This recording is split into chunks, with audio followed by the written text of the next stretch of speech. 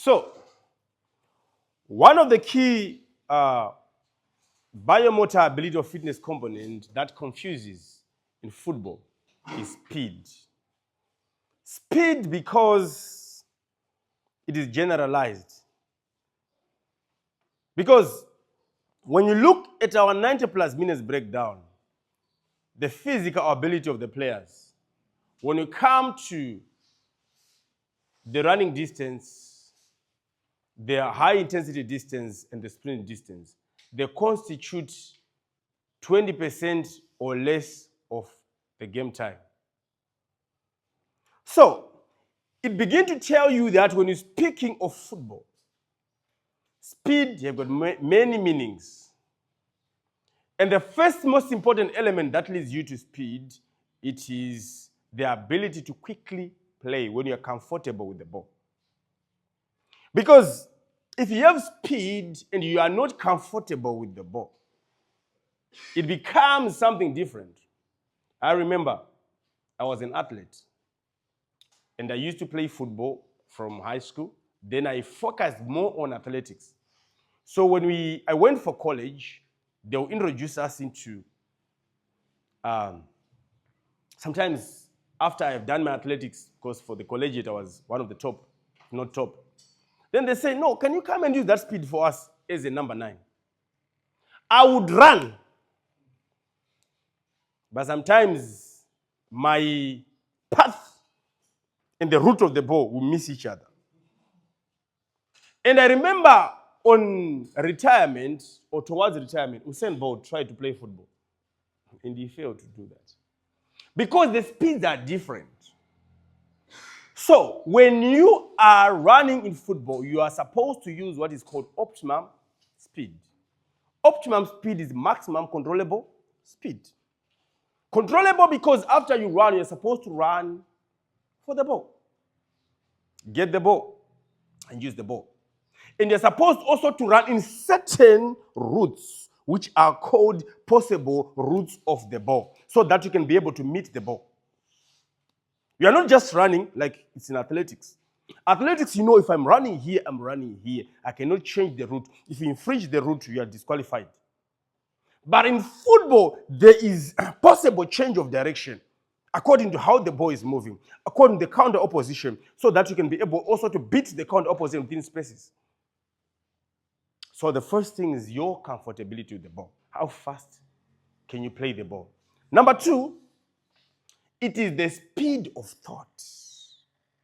Professional footballers are paid for decision making more than they are paid for just being physical.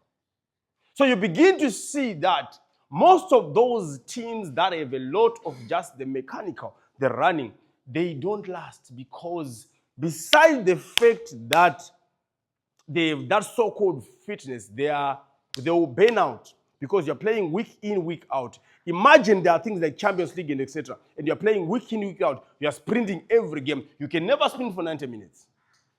So when you see how you structure the training of your player to develop speed, and we come to the demands of the game, they don't match. They are not even intelligent enough to scan and see space where they are supposed to move. They are just running. So there is need for speed with vision, speed of thought, speed of movement. Even when they move, they are supposed to move after they've seen the possible route of the ball and to be able to change direction and etc. So the definition of speed in football is different from the definition of speed in athletics, or could I say in team sports. It's different from cyclic sports. So the speed is different.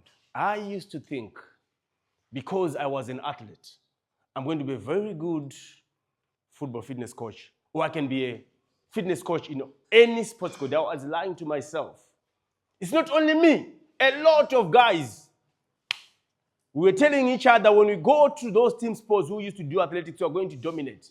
We were lying to ourselves. That's why sprinting have got a lot of injuries, because they are always running and they don't sprint week in, week out. Sprinting is staggered. Professional top sprinters, they don't go week in, week out, even in Diamond League.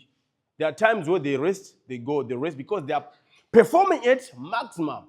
While in football, you can perform at optimum, maximum controllable. You can go with an injury that have not fully healed and play football. But you cannot do that in athletics because it's maximum performance. You cannot do that in 100 meters. You can't do that. Because milliseconds matters. So today, we want to get in the field of play. And we want to work on SAQs, speed, agility, and quickness. Those things have to be worked on together, combined, integrating them so that they suit football. There are times where you can just create capacity, but in that creation of capacity running without the ball, we spoke about the compensatory trainings and etc. Who will do them? They are not only done compensatory training on the day of the match, they can even be done within the week. When you watch or see your load through the gadgets that the players are not reaching the demands of the game, you can do them without the ball. But most of the time, according also to the 90 plus minutes breakdown, you should include the ball.